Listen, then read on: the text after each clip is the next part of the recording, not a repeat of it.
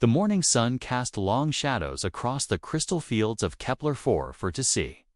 Nara stood at the edge of her family's farm, watching the shimmer beasts graze in the distance. Their bodies caught the light like living diamonds, beautiful and peaceful. But today she felt only worry. Her forearms hung tired at her sides. Dark circles showed under her large purple eyes. The Velthari woman had not slept well in weeks. Ever since her father died 3 months ago, running the dairy farm alone had become too much for her. "Nara, you look awful," said her neighbor, Kiwan, walking up the dirt path. The older Velthari male carried a basket of fresh vegetables from his garden. "When did you last eat a real meal?" Nara tried to smile, but it came out weak. "I ate yesterday, I think." Kiwan shook his head. His forearms moved in the traditional gesture of concern that all Veltari knew.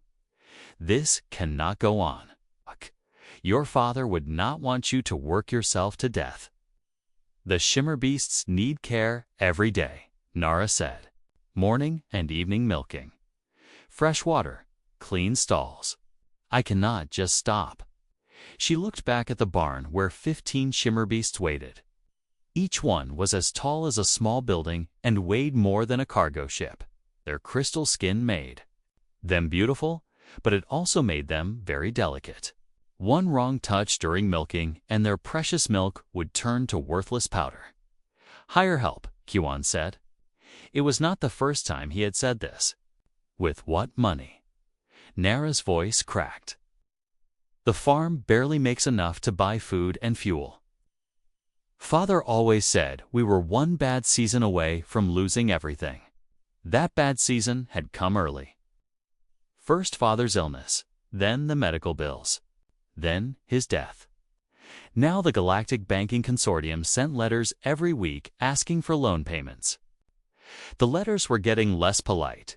Kiwon placed a gentle hand on her shoulder with one of his 4 arms. "Post a job listing. Someone will come." "Who would want to work on a remote moon like this?" Nara asked. "The pay is terrible. The work is hard, and shimmer beast farming is not easy to learn. You won't know until you try." That evening, after the night milking was done, Nara sat in her father's old office. The wooden desk was covered with bills and bank notices. The computer screen glowed in the dark room. She had been staring at the job posting form for an hour. The Galactic Labor Exchange was the biggest job site in known space. Millions of beings from hundreds of worlds used it to find work. But what could she offer that would make someone want to come to this forgotten corner of the galaxy? She began to type slowly with 2 hands while the other 2 held her head up. Job title, farm worker needed for dairy operation. She stopped. That sounded boring. On a site with millions of jobs, who would even look at it? She deleted it and tried. Again, experienced farmhand needed for shimmer beast dairy. Must have strong hands and gentle disposition. Remote location. Non-Velthari applicants welcome. Better, but still not much. She added more details. Small family farm on agricultural. Moon needs reliable worker. Shimmer beast care and milking. Housing provided. Flexible schedule. Must be able to work independently. Previous applicants from warrior species not successful due to delicate nature of work. She paused at that last part. 3 months ago, a Zentarian had answered her first job posting. He was 8 feet tall with muscles like steel cables. He had lasted 2 days before accidentally crystallizing an entire day's milk production. The Keth warriors who came next were even worse. Their idea of gentle was still too rough for shimmer beasts. Maybe she needed someone different. Someone who understood that strength was not always about muscles. She kept typing, seeking applicant with patience and willingness to learn traditional methods. Farm has been in family for 4 generations. Perfect for someone who wants quiet work away. From busy star systems, that was honest, at least. Kepler-4 for Sea was so far from major trade routes that supply ships came only once a month. The nearest city was a 6-hour flight away. Most beings would see that as a problem, but maybe someone would see it as peace. She looked at the payment section and sighed. The farm could not afford much. She typed in the minimum wage allowed by galactic law, plus room and board. It was not enough to get rich, but it might be enough to live. Her finger hovered over the submit button. What if no one answered? What? If the wrong people answered, what if she was just wasting time? The shimmer beasts made soft singing sounds from the barn. It was their way of saying goodnight. Father always said they were the most intelligent farm animals in the galaxy. They knew when their human was worried. "I have to try," she said to the empty room. She clicked submit. 3 star systems away. Do-yeon Kim sat in a cheap hotel room. On Titan Station, the human man was reading job listings on his tablet, looking for anything that would get him away from civilized space for a while. He had been out of the Terran Colonial Marines for 2 months now. 20 years of service, and all he had to show for it was a small pension and too many bad memories. The noise and crowds of the station made him jumpy. He needed somewhere quiet to figure out what to do with the rest of his life. Most of the jobs were for corporate security or mining operations. Boring work with bad pay and worse people. He was about to give up when he saw Nara's listing. "Shimmer Beast Dairy," he said out loud. He had never heard of shimmer beasts, but dairy work reminded him of his grandmother's farm on New Sol Colony. Some of his happiest memories were of helping her with the milk cows when he was young. Remote location, perfect, traditional methods, he could learn. The pay was not much, but he did not need much. The listing said previous warrior species had not worked out. Do-yeon smiled. He had been a Marine, but he had also helped birth calves and collected eggs. He knew that the biggest strength was sometimes knowing when to be gentle. He looked at the application form. It asked for references and experience. He had plenty of both, just not in farming. But the posting said they were willing to train the right person. "Worth a try," he said. He began typing his application, not knowing that his life was about to change completely. The transport ship landed on Kepler-4 for Sea with a loud thud that shook the ground. Nara watched from her porch as dust clouds rose around the small craft. Her 4 hands twisted together nervously. After 2 weeks of messages back and forth, the human was finally here. She had been surprised when Do-yeon Kim applied for the job.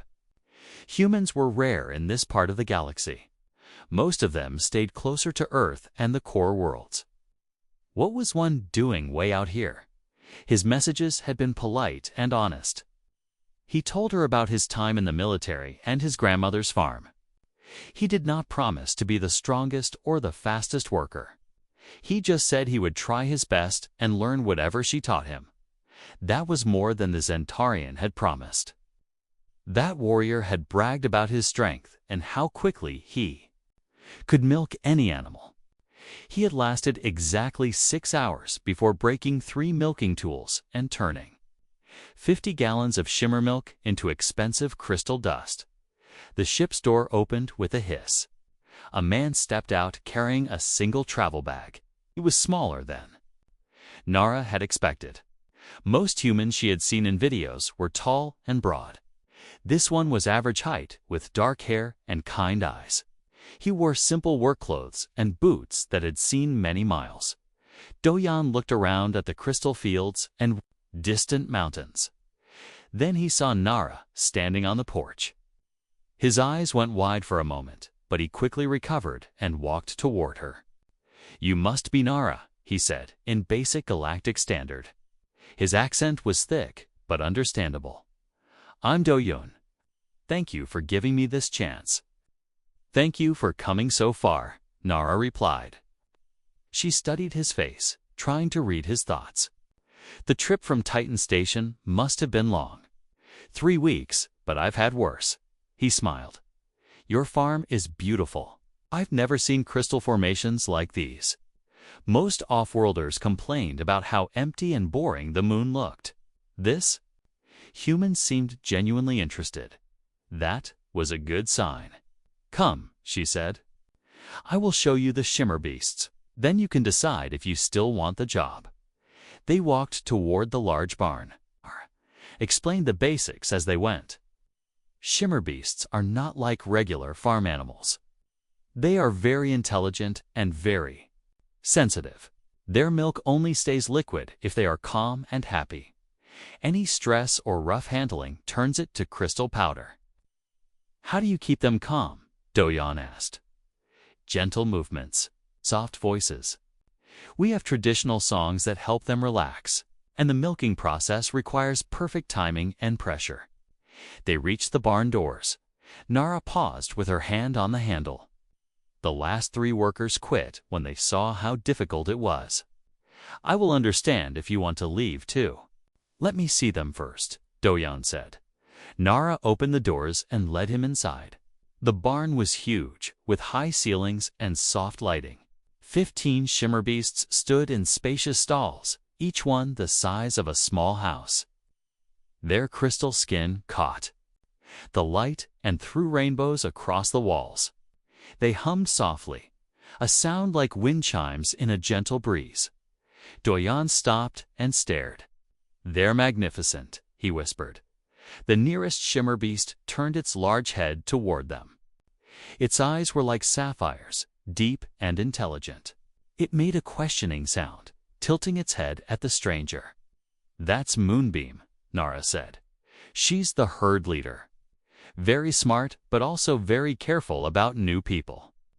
Do-yeon stood still, letting Moonbeam look at him. The creature sniffed the air, then made a softer sound, not welcoming, but not hostile either. She's deciding if she trusts you, Nara explained. It usually takes days or weeks. What happened with the other workers? Nara's expression darkened.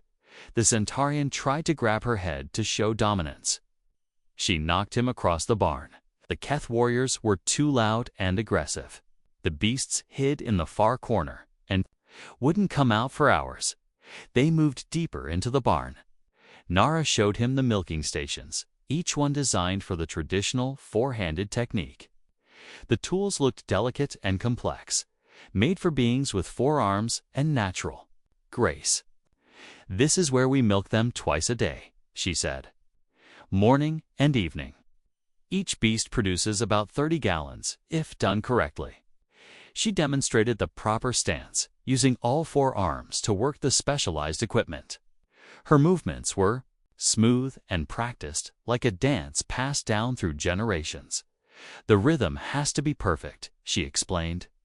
Too fast, and they get nervous. Too slow, and the milk starts to crystallize in their system. And the pressure must be exactly right. Do-yeon watched carefully, taking notes on a small tablet. How long does it take to learn? Father said it took him 2 years to master it. The Centaurian thought he could do it in an hour. She shook her head. Would you like to try with one of the calmer beasts? They moved to a smaller stall where a young shimmer beast named Starlight waited. She was only half the size of Moonbeam, but still bigger than most earth animals Do-yeon had seen. Nara handed him the milking tools. They felt strange in his 2 hands, designed for 4. Remember, gentle movements. Let her set the pace. Do-yeon approached slowly. Starlight watched him with curious eyes. He began the milking process, trying to copy what Nara had shown him. But with only 2 hands, he had to work differently. The rhythm was all wrong. Starlight shifted nervously. The milk that had started flowing began to slow. It's not working, Nara said, worry in her voice. She's getting stressed. Do-yeon stepped back. The milk had already started to turn cloudy, the first sign of crystallization. In minutes, it would be worthless powder. I'm sorry, he said. I don't think I can do this the traditional way. Nara felt her heart sink. Another failure. another worker who couldn't handle the delicate nature of shimmerbeast farming. Soon she would have to sell the farm to the corporate syndicate that had been pressuring her family for years. "Maybe we should try a different approach," Do-yeon said quietly. "What do you mean?" "On my grandmother's farm, we had cows that were very picky about milking. Different from these beasts, but similar problems. Sometimes you have to work with what you have instead of forcing a method that doesn't fit." Nara looked at him with confusion. "This is the only way. It has been done this way for hundreds of years." "Maybe," Do-yeon said, "but I'd like to study the beasts more before I give up. Watch how they move, how they respond to different things. Sometimes understanding the animal is more important than following the exact same steps." "You want to change our traditional methods?" "I want to understand them first, then maybe find a way to make them work with what I can do." He gestured at his two arms. "Be a Velthari, but maybe I can be a human who helps shimmer beasts." Nara stared at him. No off-worlder had ever asked to understand their ways before. They usually just wanted to do things their own way or complained that Velthari methods were too complicated. You would spend time learning before trying to change anything. "Learning is the most important part," Do-yeon said. "My grandmother always said you can't help an animal until you understand what it needs." For the first time in weeks, Nara felt a small spark of hope. Maybe this human was different from the others. Maybe he really would try to make this work.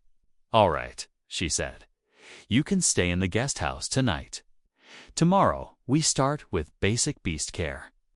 No milking until you understand how they think." Do-yeon smiled. "Thank you for the chance." They walked back to the house. Neither of them noticed Moonbeam watching from her stall. The herd leader's sapphire eyes followed the human with interest. She had seen many workers come and go. This one felt different. This one might actually listen. Do-yeon woke up before sunrise on his third day at the farm. He had spent the past 2 days watching the shimmer beasts, taking notes, and asking Nara hundreds of questions. Today, he had an idea he wanted to test. The guest house was small, but comfortable. Through the window, he could see the crystal fields glowing softly in the early morning light. The shimmer beasts were already awake, humming their morning songs. He grabbed his tools and headed to the barn. Nara was already there, starting the morning feeding. She looked tired. Without help with the milking, she had to do everything herself, twice a day. "Good morning," he said quietly, not wanting to startle the beasts. "Morning," Nara replied. "Did you sleep well?" "Well enough. I had some ideas I wanted to try today." Nara paused in her work. "What kind of ideas?" "Over the past 2 days, Do-yeon had noticed several things about the shimmer beasts. They responded to certain sounds and frequencies. They liked gentle, rhythmic movements. And they were very smart. Smart enough to tell the difference between someone who cared about them and someone who just wanted to get the job done quickly. "I noticed that when you sing to them, they calm down faster than when you just talk," he said. "And yesterday, when the wind made that humming sound through the barn walls, Moonbeam seemed more relaxed." "Yes," Nara said. "Father always said they like music. It reminds them of their wild herds." "What if I could make those sounds without singing? My voice isn't as good as yours." He pulled out a small device he had built the night before.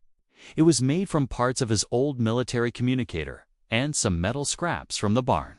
It looked rough, but when he turned it on, it made a soft humming sound similar to what the beasts made themselves. "Starlight." The young shimmer beast turned her head toward the sound. Her eyes brightened with interest. "What is that?" Nara asked. "A harmonic resonator.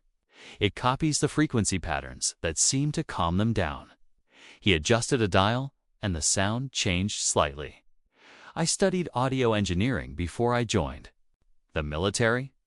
This should help me communicate with them, even though I can't make the throat sounds that Velthari do naturally." Nara watched as Starlight moved closer to the device. The young beast seemed fascinated by the artificial humming. "She likes it," Nara said, surprised. "That's just the first part," Do-yeon said. "I also noticed that the milking tools are designed for 4 hands working together." But what if 2 hands could do the same job with the right equipment? T showed her another device he had made. It looked like a harness that went around his shoulders and waist, with mechanical arms that extended from his sides. "These aren't meant to replace skill," he explained quickly, seeing Nara's worried expression. "They're just helpers. They hold the tools steady while my real hands do the delicate work. Like having an assistant who never gets tired or makes sudden movements." Nara frowned. "Father always said the traditional ways were the only ways that worked." "Maybe," Do-yeon said. "But your father had 4 arms. I only have 2. If I'm going to help you save this farm, I need to work with what I have." They spent the morning testing the devices with the calmer beasts. The harmonic resonator worked well. The shimmer beasts seemed to enjoy the artificial humming sounds. The mechanical helpers were trickier. They needed careful adjustment to match the rhythm and pressure that the beasts expected. By noon, Do-yeon had managed to milk Starlight successfully for the first time. The milk stayed liquid and clear. It wasn't as smooth as when Nara did it, but it worked. "Not bad for a beginner," Nara admitted. "Not good enough yet," Do-yeon said. "But it's a start." That afternoon, a transport ship landed near the house. Nara looked worried when she saw it. "Who is that?" Do-yeon asked. "My sister Yina," Nara said. "She's home from university for harvest season." A young Valthari woman got off the ship. She was smaller than Nara, with brighter purple skin and clothes that looked expensive. She carried herself like someone used to being the smartest person in the room. "Sister," Yina called, running toward them. "I came as soon as I could get away." From classes, the 2 sisters hugged with all 4 arms. Then Yena noticed Do-yeon standing nearby with his strange devices. "And you must be the human worker I heard about," she said. Her tone was polite but cool. "I'm Yena. I study xenobiology at the Galactic University." "Nice to meet you," Do-yeon said. "I'm Do-yeon." Yena looked at his mechanical helpers and the harmonic resonator. "What are these contraptions?" "Tools to help me do the work," Do-yeon explained. "Since I only have 2 hands, I needed to find a different approach." "Different approach." Yena's voice sharpened. "This farm has used traditional methods for 4 generations. These ... shortcuts ... could be dangerous." "They're not shortcuts," Do-yeon said calmly. "They're adaptations. I'm still following the same basic principles: gentle movements, proper rhythm, keeping the beasts calm. I'm just doing it in a way that works with my biology." Yena walked around the devices, studying them with a scientist's eye. "Have you tested the stress levels of the beasts when using these machines?" "Not scientifically," Do-yeon admitted. "But they seem calmer, not more stressed." Seeming and being are different things. Yena crossed all 4 arms. "For all we know, these devices could be harming the beasts in ways we can't see." Nara looked uncomfortable. "Yena, Do-yeon is trying to help. The farm needs workers." "The farm needs workers who understand our ways," Yena said. "Not aliens who think they can improve on centuries of tradition with scrap metal and electronic toys." Do-yeon felt his temper start to rise, but he kept his voice level. "Would you like to see how they work? Maybe run some tests yourself?" Yena paused. As a scientist, she was curious, despite her suspicions. "What kind of tests?" "Measure the beast's stress hormones. Check the quality of the milk. Compare productivity. Whatever you think would prove whether this is helping or hurting. You'd let me study your methods." "I'd welcome it," Do-yeon said. "I want to make sure I'm not causing any harm. If your tests show problems, I'll stop using the devices immediately." Yena looked surprised. Most people didn't invite criticism of their work.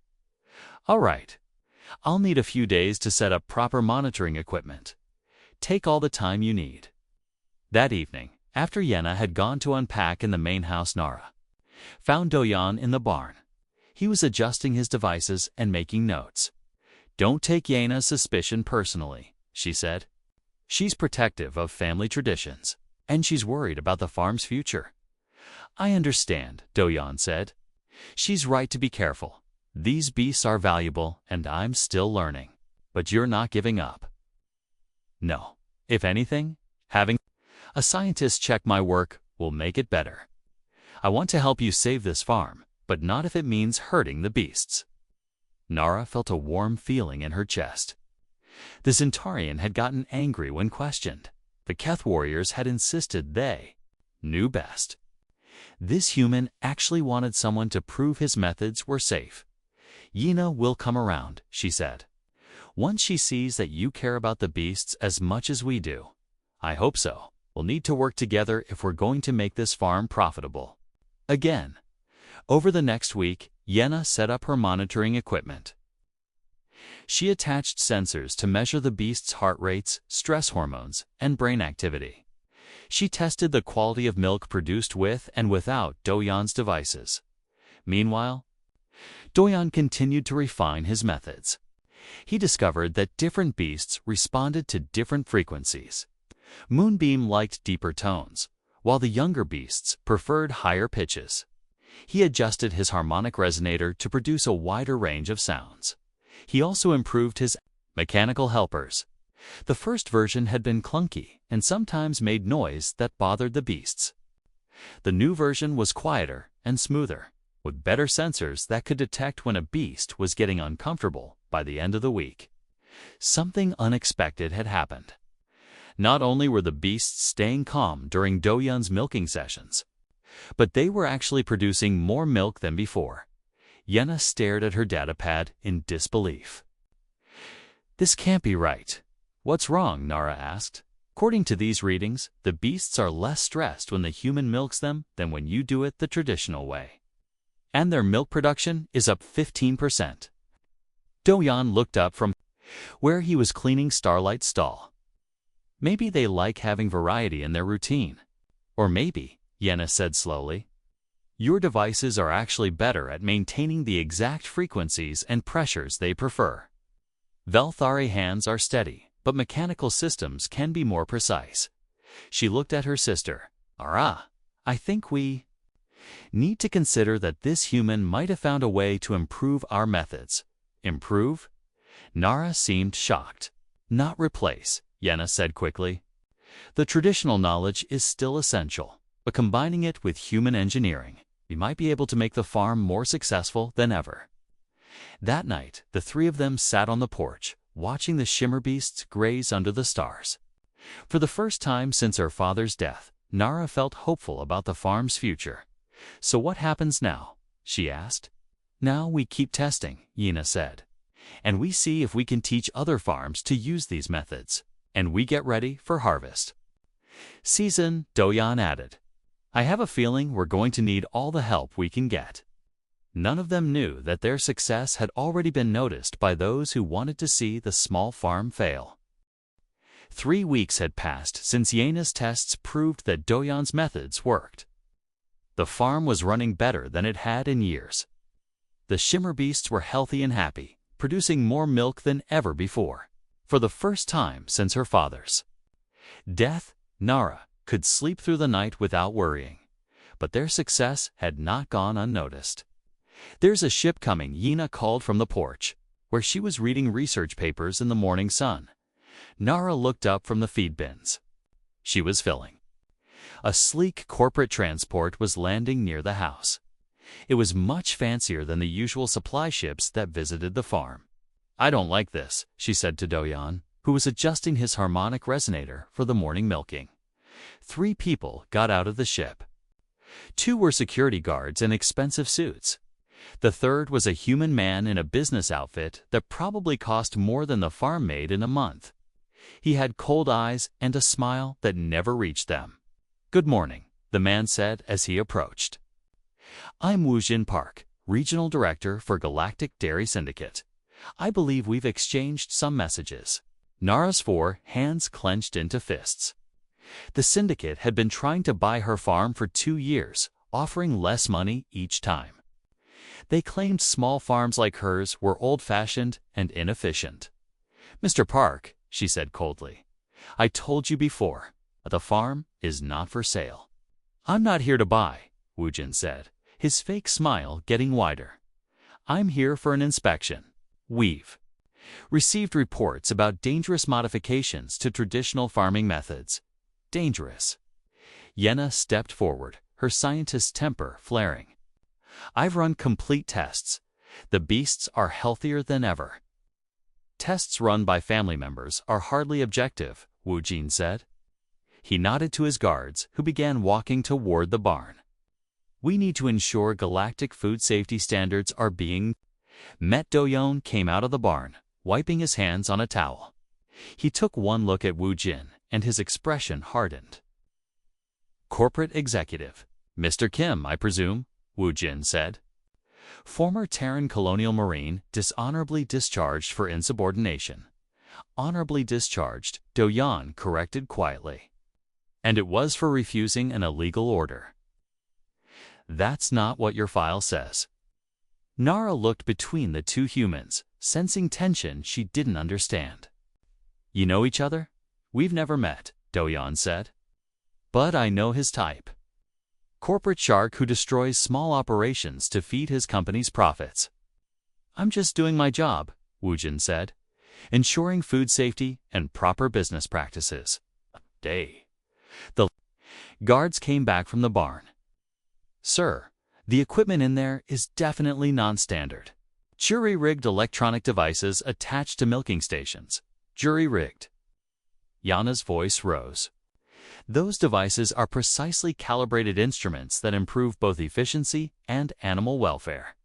According to whose standards, Wu Jin pulled out a tablet and began typing. "I'm filing a report with the Health and Safety Commission. This operation will be shut down pending a full investigation." "You can't do that," Nara said. "I can, and I am. These modifications pose a clear risk to food safety. Until proper inspections can be completed, no products from this farm can be sold." "How long will that take?" Doyon asked. Wu Jin shrugged. 6 months, maybe a year. These things take time. Nara felt the world spinning around her. Without milk sales, the farm would be bankrupt in weeks. The bank would foreclose, and the syndicate would buy the property for almost nothing. "This is about money, not safety," she said. "Business is always about money," Wu Jin replied. "Your little operation is inefficient and outdated. The syndicate can produce shimmer milk at half the cost using modern factory methods. Factory methods that stress the beasts and produce lower quality milk," Yenna said angrily. "Quality that meets minimum standards is sufficient. The market doesn't pay extra for traditional methods." That evening, after Wu Jin and his people had left, the three sat around the kitchen table looking at legal documents and inspection reports. "Can we fight this?" Nara asked. Easily," Yenna said. "The syndicate has lawyers and political connections. We have a small farm and no money for legal fees." "There has to be something we can do," Doyon said. He had been quiet since the confrontation, but now he looked determined. "That man is lying about my discharge record, which means he's willing to lie about other things too." "What do you mean?" "He had my military file. That information isn't public. He had someone dig it up, which means he's been planning this for a while." Doyon stood up and began pacing. "This isn't a random inspection. It's a targeted attack." "But why now?" Nara asked. "Because we're succeeding," Yenna said suddenly. "Our milk production is up. Quality is better. If word gets out that our methods work, other small farms might adopt them too. And that would hurt the syndicate's plans to monopolize the market." Doyon finished. Outside, storm clouds were gathering. The weather service had warned of severe storms for the next 3 days. On most days, that would just mean staying indoors and waiting it out. But with the farm under investigation, they couldn't afford any problems. "We need to document everything," Yenna said. "Prove that our methods are not only safe, but better than factory farming." "How?" Nara asked. "Independent inspectors, scientists from other universities, maybe even some government officials who aren't in the syndicate's pocket. That will take time we don't have," Do-yeon pointed out.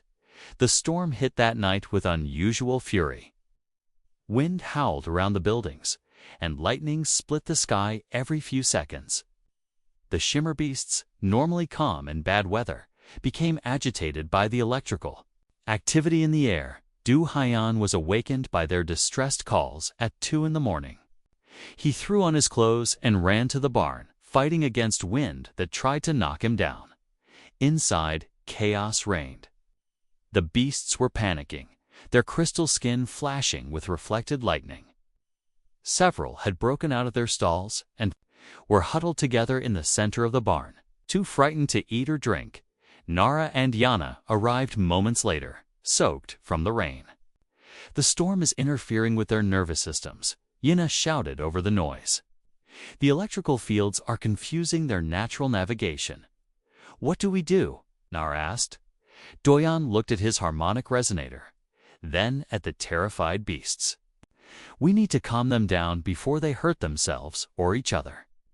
"Traditional calming songs won't work in this noise," Nara said. "Then we try something new." Da-jun grabbed his device and cranked the volume to maximum. Instead of the gentle, humming sounds he usually used, he programmed it to produce the deep, rhythmic calls that shimmer beasts made. When trying to find their herd in the wild, the electronic calls cut through the storm noise. One by one, the beasts began to respond. They moved toward the sound, their panic slowly fading, but the storm was getting worse. Part of the barn roof tore away, letting in rain and wind. Several support beams creaked ominously. "The building won't hold," Yina said. "We need to move them to the emergency shelter," Nara decided. The emergency shelter was a reinforced building on the other side of the farm. Getting 15 terrified shimmer beasts there in a dangerous storm would be nearly impossible. "Lead them," Do-yeon said. "The resonator is portable.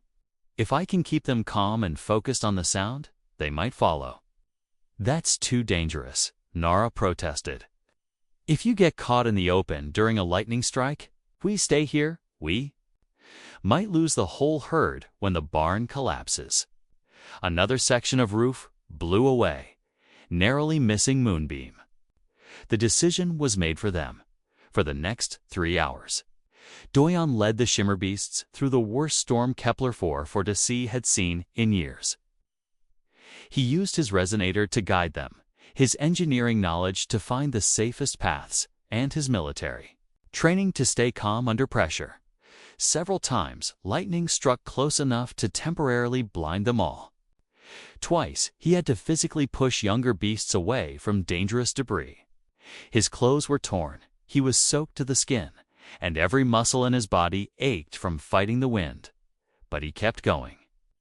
Every time a beast fell behind or started to panic, he adjusted the resonator's frequency to call them back. When Starlight got separated from the group, he went back for her personally.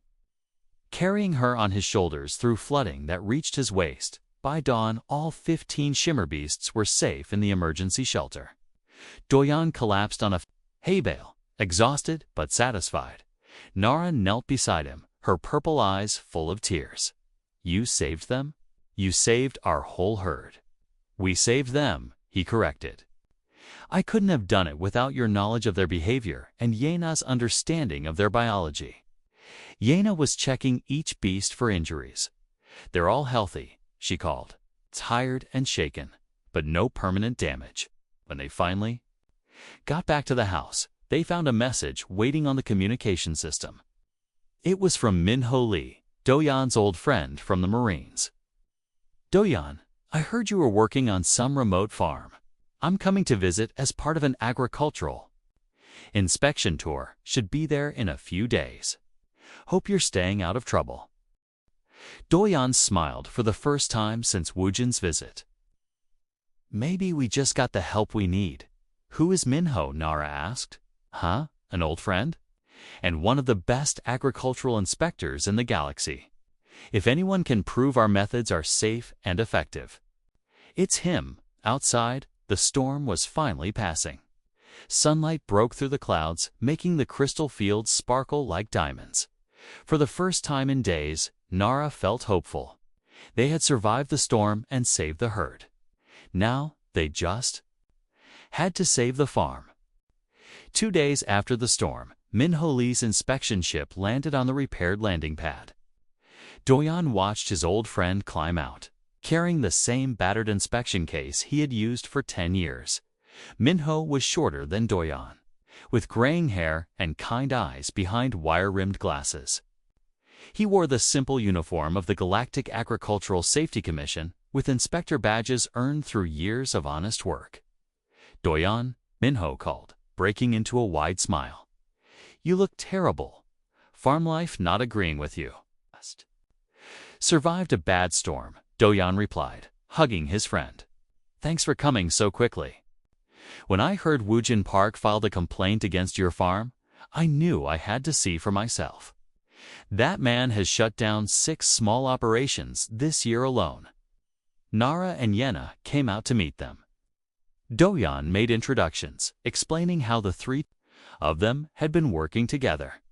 "So you're the ones causing such a stir," Minho said to the sisters. "According to Park's report, you're running dangerous experiments that could poison half the galaxy. According to our tests, we're producing the highest quality shimmer milk ever recorded," Yenna replied firmly. "Well, let's see what the truth looks like." For the next 3 days, Minho conducted the most thorough inspection the farm had ever seen. He tested every piece of equipment, interviewed each person separately, and ran his own independent analysis. Of the milk quality, he watched Doyan milk the beasts using the modified equipment. He studied Yana's scientific data. He observed how the shimmer beasts responded to the new methods compared to traditional ones. On the 3rd evening, he sat with all 3 of them on the porch, reviewing his notes. "This is remarkable," he said, finally. "Not only are your methods completely safe, they're actually better than anything I've seen in 20 years of inspections." "Better? How?" Nara asked. "Lower stress levels in the animals, higher milk production, better nutritional content. And the modifications are so clever they enhance traditional techniques instead of replacing them." He looked at Doyan with admiration. "You found a way to combine human engineering with Velthari wisdom. Most people try to force their own methods on alien practices. You adapted yourself to work with what already existed." "Does this mean we can keep operating?" Yenna asked.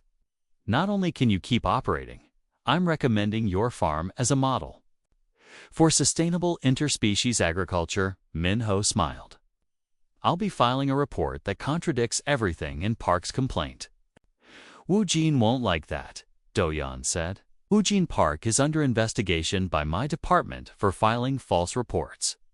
3 other farms have complained about his harassment. Your case might be the evidence we need to stop him permanently." Night, they celebrated with a traditional Velthari feast. Yana had cooked dishes from their grandmother's recipes, and Doyan shared stories from his travels around the galaxy. For the first time in months, laughter filled the house. But their celebration was interrupted by an emergency communication. The screen lit up with Woojin's angry face. "You think you're clever, bringing in your military friend," he snarled. "This isn't over. The Syndicate has other ways to deal with troublesome farms." The transmission cut off, leaving them staring at a blank screen. "What did he mean by that?" Nara asked. They found out the next morning. A convoy of trucks had arrived during the night and dumped industrial waste into the stream that supplied water to the farm. The poisoned water would make the land unusable for farming. "This is illegal," Yenna said. staring at the contaminated stream. "Proving it will take months," Minho said grimly. "And by then, the damage will be done." "Not necessarily," Do-yeon said. He was studying the waste with a portable scanner. "This is industrial solvent from spaceship manufacturing. It's toxic, but it breaks down quickly under certain conditions." "What conditions?" Nara asked. "High-frequency sound waves, specific electromagnetic fields, and the right chemical catalysts." He looked up with a determined expression. "I think I can build a cleaning system using parts from my transport ship and the farm equipment." "How long would that take?" Minho asked. 2 days if I work non-stop. 3 if I want to be careful." "I'll help," Yina offered. "My chemistry knowledge might be useful. And I know every water system on this farm," Nara added. For the next 48 hours, they worked without stopping.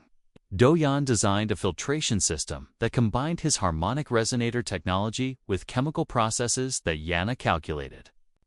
Nara guided them through the farm's water network, showing them every pipe and channel. The system they built was unlike anything in standard engineering textbooks. It used sound waves to break apart the toxic molecules' electromagnetic fields, to separate the fragments, and natural bacteria to consume what remained. On the second night, they activated the system. Water began flowing through their improvised cleaning equipment, coming out the other side clear and pure. "It's working," Yena said, testing the filtered water. "Toxin levels are dropping to safe ranges." "How fast?" Nara asked. "At this rate, the entire water system will be clean in 6 hours." They had saved the farm again. The next morning brought another surprise. A fleet of ships landed near the house.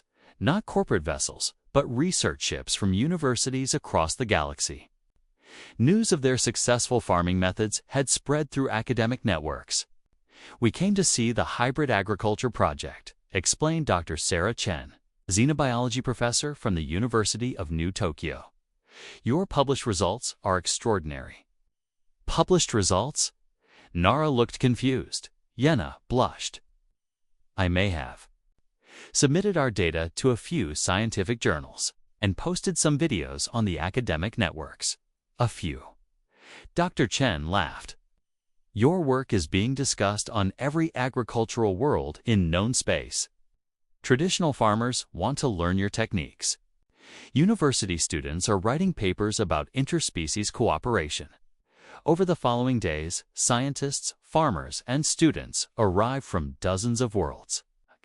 They came to study the hybrid methods, learn about shimmerbeast care, and see how humans and Velthari could work together." Nara found herself teaching traditional Velthari farming to beings she had never imagined meeting. Do-yeon shared his engineering solutions with other species who faced similar adaptation challenges. Yana led scientific discussions about the biological principles behind their success.